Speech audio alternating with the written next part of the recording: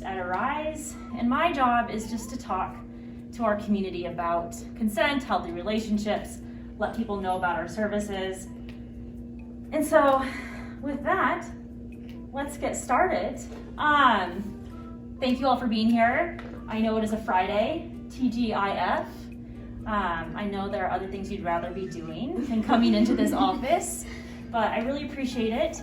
Some of you may be aware, some of you may not be aware, and that's totally okay, that February is National Teen Dating Violence Awareness Month.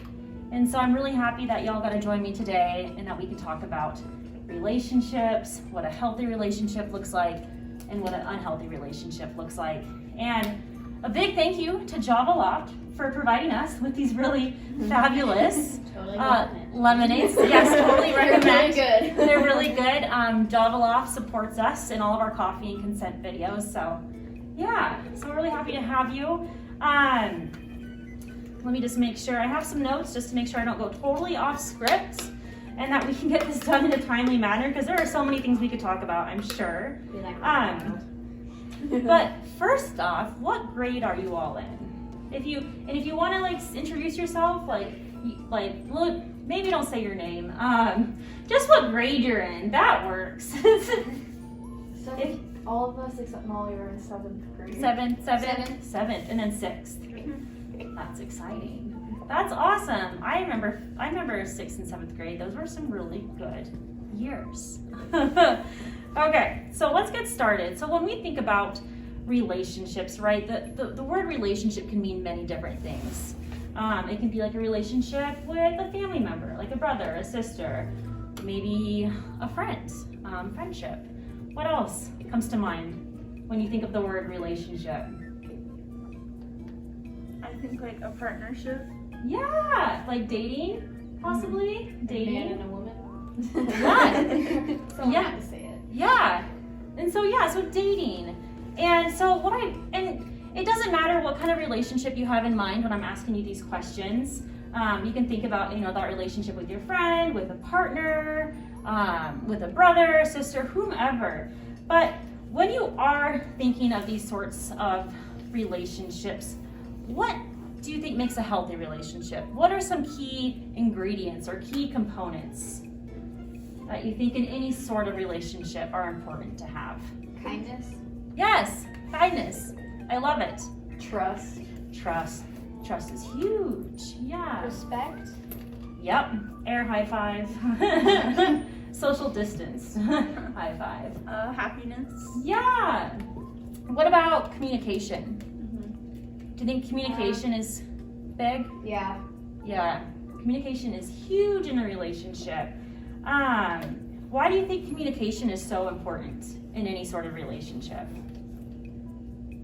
So if both or everyone in the relationship is happy and Yeah. trusting. You kind of know how they're feeling. Yes. And I think, what do you think? Do you think listening is an important part of communication? Yeah. Yeah, it's extremely important. If your partner or someone you love is talking, it's good to listen, to what they have to say, and vice versa. What about compromise? Have you had? That's very important. Yes. Have y'all had to make compromises with friends or someone you were dating before? No. I Like, don't think to be honest with any of us. I don't think any of us have ever dated anyone. That's okay. Yeah, I mean, none of us. I know, I've had to compromise with my friends about movies we were gonna see. I wanted to see a really scary movie, and they're like, no thanks. I want to see a comedy. That's happened a few times. See, Yeah. and you kind of have to work with each other and communicate and listen and compromise and figure out what you're gonna do. Okay, well, I understand. Watching scary movies makes you feel really uncomfortable, so I'm not gonna, make you watch a scary movie with me. We can watch a comedy. We can all laugh. Hopefully it's funny. Right on. So what does an unhealthy relationship look like? And this can be friendship, Fighting. dating. Is fighting always physical, or can it be verbal? It could be, verbal. What other some kind of key components of an unhealthy Like They're- lying. Mm-hmm. Yeah, there's no communication between them, so they can't see if they're happy in this relationship. Yeah. Maybe not having boundaries. And most of the time, if the person makes you feel like you're not sticking true to your morals, it's usually not a healthy relationship. I love that. I love that a lot. That's a really good part. I think respecting each other's like beliefs and values is going to be key to a healthy relationship. And so someone that's going to kind of try to not respect that, that's going to be a component of an unhealthy relationship. Well, I love that. What about like spreading rumors? Do you see that a lot in 6th and 7th grade? Yeah, unfortunately. And I mean, I didn't have a phone in 6th and 7th grade. Do you all have phones? Yeah. And so that brings a whole new element, right, to communication, because communicating in person is totally different than communicating in text, especially if you're angry, right? Like things can be taken out of context all the time. Okay. So I have a little scenario for you all, and I'm gonna read it over, and then I'm gonna have some questions for you to answer and just talk about with me, with each other, if you all are ready. So, after a disagreement, Sam, the person that you are dating, uses the silent treatment and won't talk to you for days. During that time, you have a sporting event that's important to you. Usually Sam is there to cheer you on, but this time decides not to. You become extremely frustrated, and that night you send them a text with insulting words demanding a call immediately, even though you have both already gone to bed. Sam responds by saying that it would be best to talk at school in the morning. First question, is the silent treatment an effective way to resolve a conflict? Why not? Because you need communication to find out your Yeah. problems. Yeah, and you agree need on to what clear needs to be things fixed. It isn't gonna solve anything. Yeah, it can just make it worse, and it can just cause like that person to feel like really hurt. Like, what did I do wrong? Like, why aren't they talking? Very confused because maybe they didn't know what they did. So, do you think it's okay to communicate by text to try to resolve a conflict? Sometimes, like, it depends on the situation. If it's like a small conflict, then Mhm. maybe. Yeah, if like- it's something big like that, then If it's like deciding what movie should we watch, that could be resolved over text. But if it's Yeah. something big, then you want to do it in person. Like they won't talk to you or something. Yeah, to have that conversation in person, now maybe, 6 feet apart with our masks on. But yeah, yes. It's really important, I think, especially when you're trying to resolve conflict, is to communicate, even by phone too. I like to use text as kind of last resort communication for resolving conflict. All right. So, does anger due to a disagreement excuse using insulting words or behaviors? No. No, why not? You just it just makes everyone a bit more frustrated, Yeah. and then you get angry at the person, and then it just kind of gets worse. Yes. Yeah. No matter how mad you are, you always have to be kind because you never know what they're going through.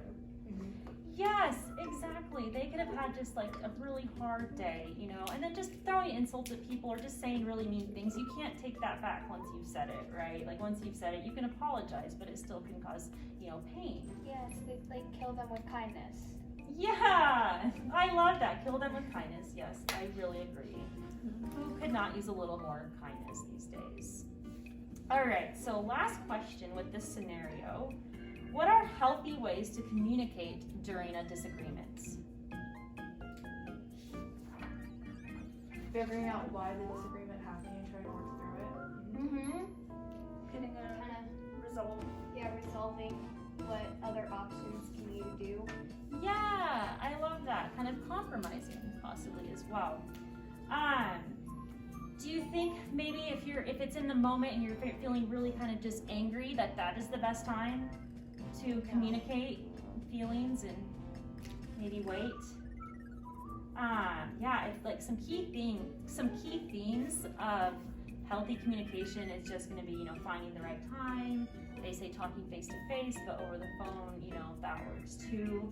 I think body language is going to be really important. If your friend is trying to, you know, have like a really just kind of open and honest conversation, and you're not like giving them eye contact, like if I was just kind of sitting here, like kind of looking, like giving you the side eye, or like maybe my arms are crossed, or I just like sigh like heavily, that's not really a healthy way of communication, is it? No. Let's see. Oh, and have you heard of the 48-hour rule? No. No. So they say use the 48-hour rule if a friend or a partner or a family member has done something to make you really upset, is just to wait 48 hours to kind of give yourself some time to cool down, think things through, and that way when you are communicating, you kind of have a better idea of what you want to say and all of those things. So that wraps up this segment of Coffee and Consent. I don't have any more questions unless you have any questions or any last minute words on healthy relationships. So, well, thank you all for being here. I really appreciate it. I think it's so important to get youth involved in these sorts of discussions. So thank you, and then I hope you get to enjoy the rest of your Friday, TGIF. Okay. And cut. Great job, you all. That was amazing. You all are. If you need to speak with someone, call our 24/7 hotline at 575-226-7263.